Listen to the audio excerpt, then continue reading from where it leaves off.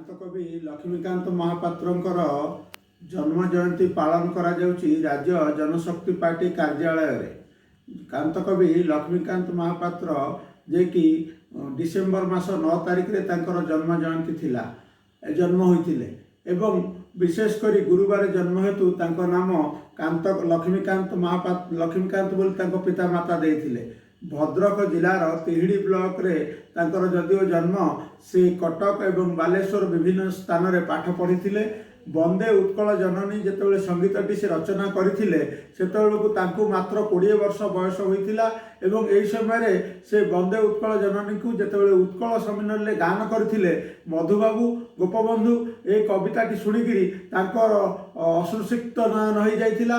ପ୍ରକୃତରେ ସେ କବିତାରେ ସେ ଅନେକ ଗୁଡ଼ିଏ କଥା ଲେଖିଥିଲେ ଯାହା ଆଜି ସମଗ୍ର ରାଜ୍ୟ ସରକାର ତାଙ୍କୁ ଜାତୀୟ ରାଜ୍ୟସ୍ତରୀୟ କବି ରୂପେ ଗ୍ରହଣ କରିଛନ୍ତି ଏବଂ ତାଙ୍କୁ ମଧ୍ୟ ଯେଉଁ ତାଙ୍କର ବନ୍ଦେ ଉତ୍କଳ ଜନନୀ କି ଆମର ଉତ୍କଳ ମାତାର ଗୀତ ରୂପରେ ବର୍ଣ୍ଣନା କରାଯାଇଛି। କାନ୍ତ କବି ଥିଲେ ପ୍ରକୃତରେ ଜଣେ ଭଲ ସାହିତ୍ୟ ସ୍ରଷ୍ଟା।